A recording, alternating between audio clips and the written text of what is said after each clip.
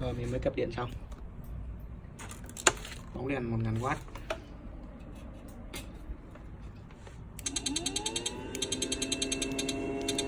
Quạt này quay tự động nhá.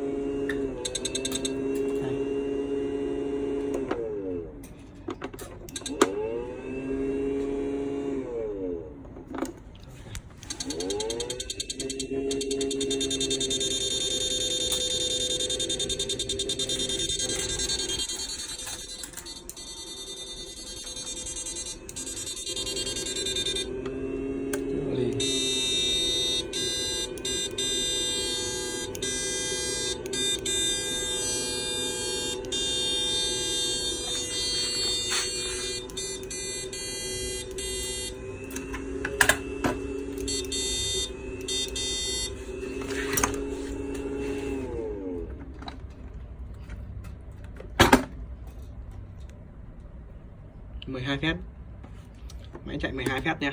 Pin áp sung E55, cuộn cảm bằng lõi E55, 2 tụ 220mm, tụ băm là 680mm.